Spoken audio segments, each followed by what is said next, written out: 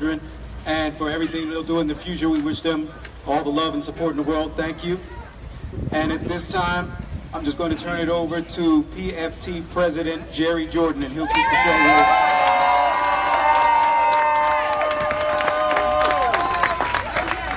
Good afternoon, everybody. Thank you for coming out, and thank you for all of the actions that you've been taking, because this fight has been a long fight. It's been much too long. This fight for a contract has been the longest fight in the history of the PFT. But we will not get weary. We will continue to fight until we get a contract. 5 years without a contract is much too long. The SRC finds money for what it wants to spend money on.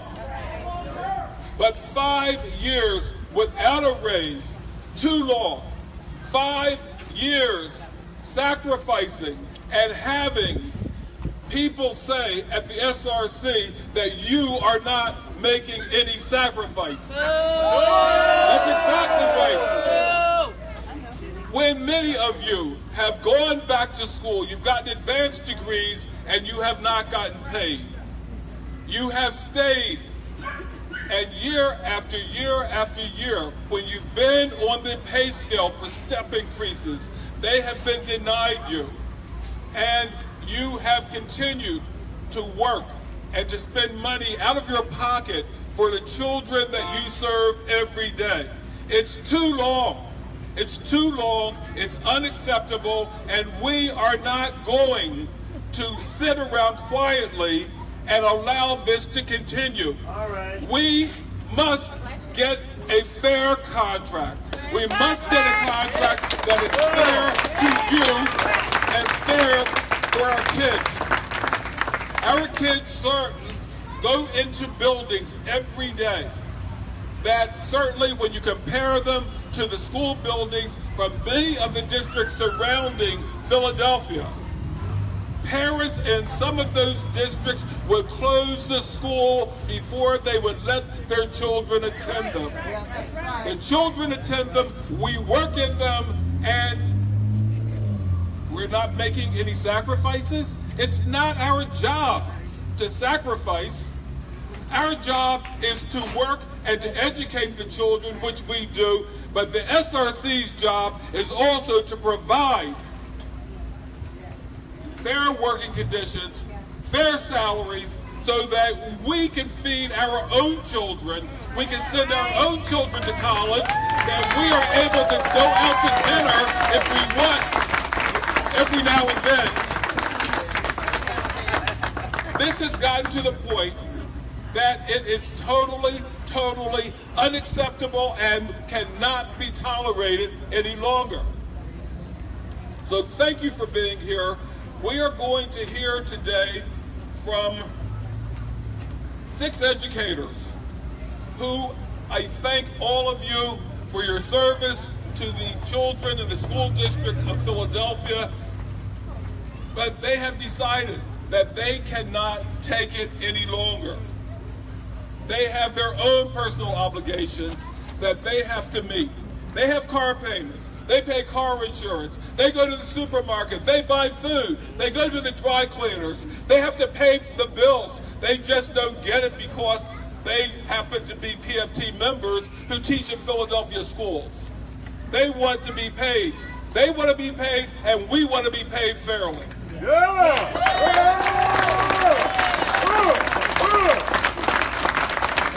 Before we hear from each of the teachers and hear their stories about why they are leaving Philadelphia schools, we are fortunate to have one of our best advocates in Harrisburg, who is the ranking member of the House on the Pennsylvania Education Committee, state representative who represents this area, our friend. And his wife, Cheryl, was a music teacher at the Nevinger and then Meredith School, so he knows firsthand about what it is that we do every day. I'm going to ask State Representative Jim Roebuck, who's joined us, to come and please say a couple words.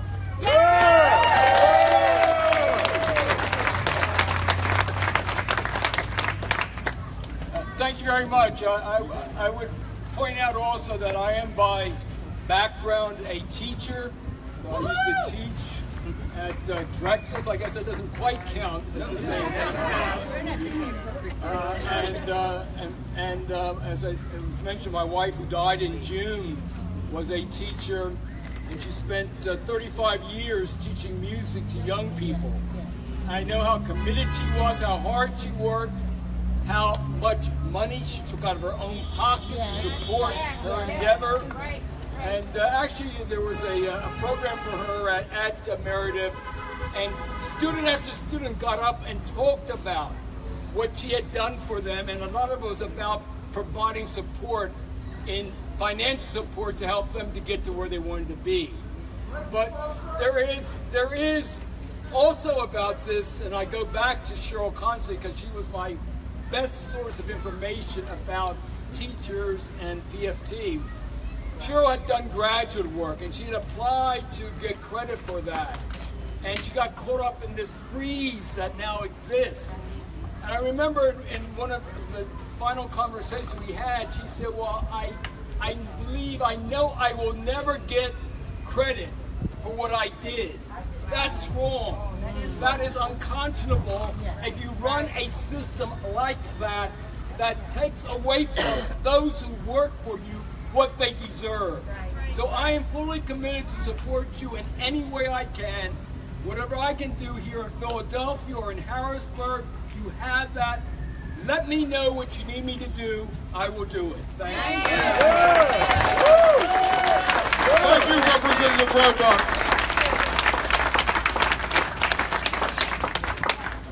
We were told that a number of members called the office today to inform us that they would love to be here with us, but they can't be. They can't be because they have to go to their second job. That's the reality of why people are leaving the district. So today we have the following educators who are going to speak, and I'm going to ask them, I'm going to name all of them and to ask them to come in that order and to identify themselves and where they work. And the educators are Emily Cashin, Clint Kanopka, Ronald Morris, Megan Donnelly, Brian Steinberg, and Tara Tyler. Emily. Hello. Hello. We are you! We are all of you! Don't forget that! We know it. We do know it. Good afternoon. My name is Emily Cashin, and I have been a Spanish teacher at Carver High School of Engineering and Science for 8 years.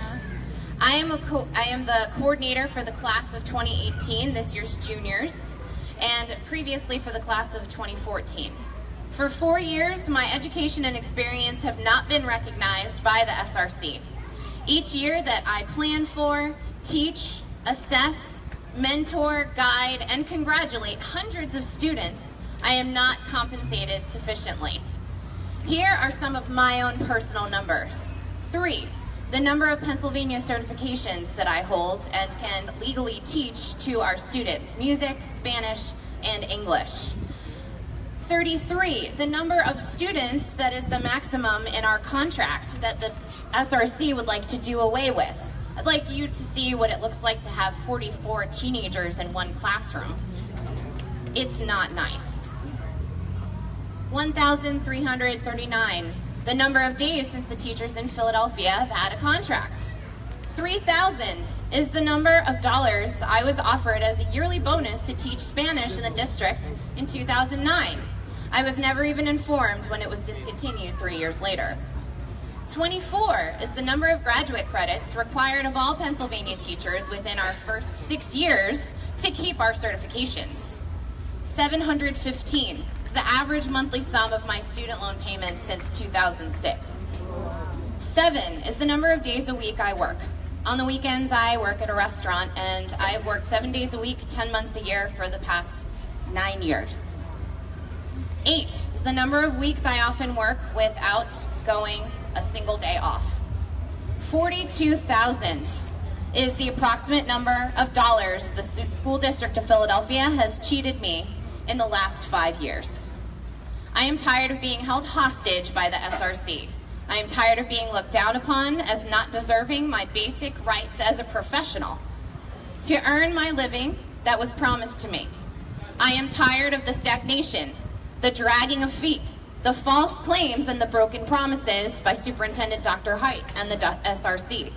I am tired of being disrespected when people call me greedy, selfish, and uncaring for wanting basic health benefit subsidies or my promised salary step increase.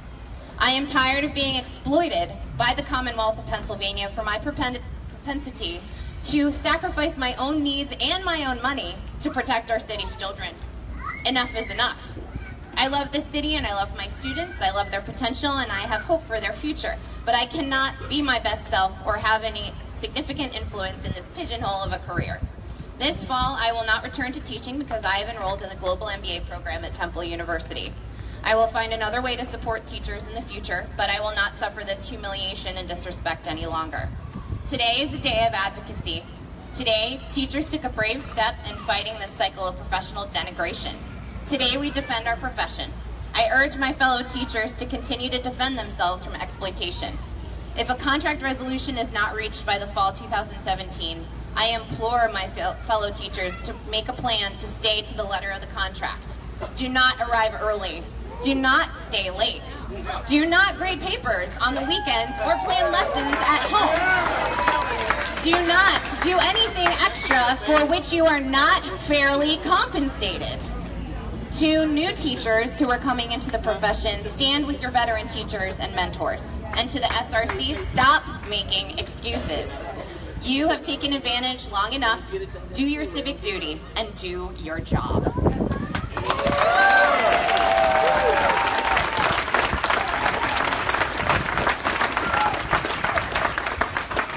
The wind is not great for this sign. Good afternoon. My name is Clint Konopka, and I teach physics at the Academy at Palumbo. This is my... Palumbo people represent. This is my 8th and final year in the district. In addition to teaching physics, I coach our robotics and debate teams, where we've sent students to state competitions, national competitions, city championships time and time again. Plus, until very, very recently, I hadn't missed a single day of work since I started. When I started teaching, my plan was to find a school, buy a house, and teach physics until I retire or die. When I found Palumbo, I knew it was the place for me.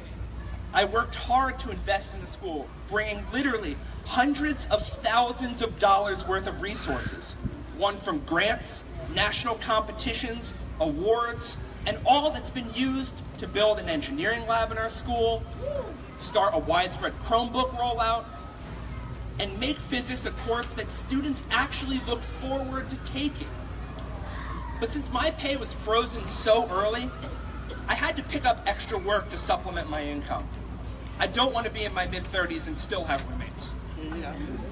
To quantify the impact of not having a contract, this year I'm making $15,000 less than I ought to be. That's about $40,000 over the life of the freeze. In addition, the stress from taking on other work took a toll on my mental and physical health. So at the end of last year, I made the decision that 2016-2017 was going to be my last. I applied to graduate schools, and in September, I'll be entering a PhD program at Stanford, where I'll be studying science education with a stipend that's $4,000 more than my current salary. I'm making more money as a graduate student than I make as a professional. The district, by not offering the PFT a fair contract, is overtly signaling that they don't value talent and they don't want to invest in our teachers. When the only way to advance or grow in this city is leaving the classroom, the system is unsustainable. It destabilizes schools. I'll say it plainly. Our lack of a contract drove my decision to leave. We need a city where teaching is valued, respected, and viable. And only a new contract is going to guarantee that. To stop hemorrhaging young talent, we must support each other. As PFT members, we have leverage, but only if we act together.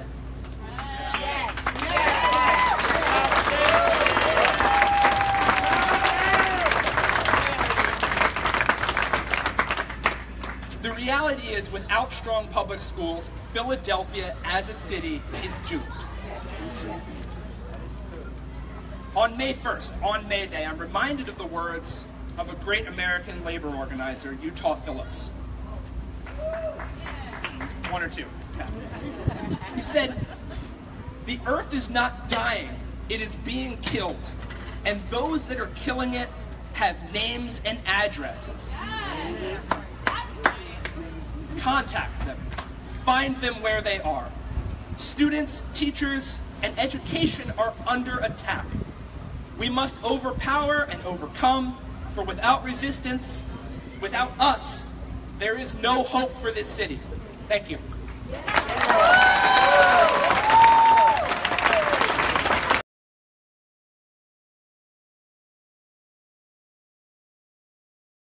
Good afternoon. Good afternoon. It feels good to see so many fellow educators. Because too often it can feel like you're in the fight alone. That's right. I was born in this city. I went to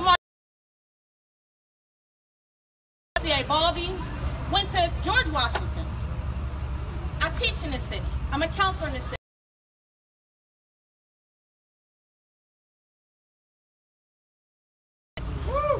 For far too long, I show up at work, I stay late. I've learned so many things that I didn't know existed. Because when you have parents that don't come pick up their kids, whether medical or mental, you stay. It wasn't until I became a counselor that I got my first ride in a police car with a child who was scared to go home. It was as a counselor, I meet with their parents to help them navigate the system, which is sometimes too complicated, to figure out why we didn't have a bus driver this morning for autistic support students. And I do because I love the kids. But at the end of the day, my son looks at me, "Can we go home yet?" Doesn't understand it. Because the vacations we plan and you're working every day and you still don't have the money.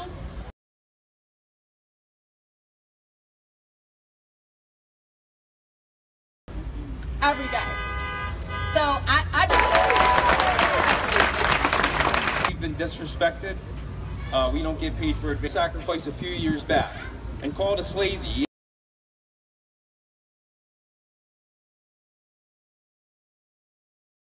Here's what he did on Thursday. I testified at the SRC about maybe 3.5 hours in. He was texting on his phone while students and teachers pay that I'm owed by the SRC in the district is over $20,000. Now, I love my job. I love Rush. I love teaching civics. Teaching the Supreme Court is one of the most 50 cases was really fun and really, really tiresome, but the kids learned. Senior project, and it felt great, but unfortunately, I can't survive on. So there's something about this district that they need to of education in this district. So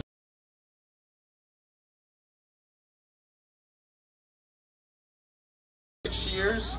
I love my co-workers. They know who they are. I love my last two principals.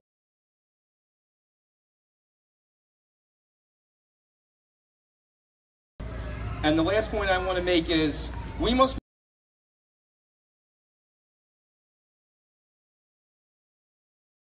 unrelenting to hold the SRC accountable for their failed policy classes, to gain 24 post-baccalaureate. My name is Megan Donnelly, and I've been an English teacher, taught with some of the kindest, best teachers I've ever met in my Philadelphia.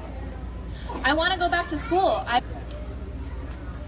The parents of Philip's state obsession with test scores over critical thinking and personal.